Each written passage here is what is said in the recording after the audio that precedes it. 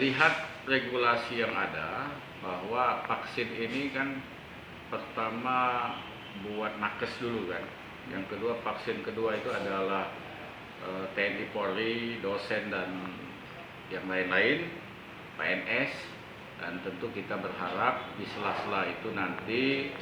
kita berharap kepada pemerintah ada pengecualian buat atlet-atlet yang berlaga di PON,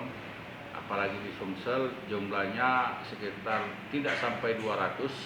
atlet dan pelatih, untuk diberikan vaksin terlebih dahulu, karena di PON Papua diwajibkan vaksin bagi atlet dan pelatih serta ofisial. Nah, tentu ofisial bisa terakhir saja, tapi vaksin untuk atlet ini sangat penting sekali buat keberlangsungan atlet itu sendiri, sehingga performanya terjaga sampai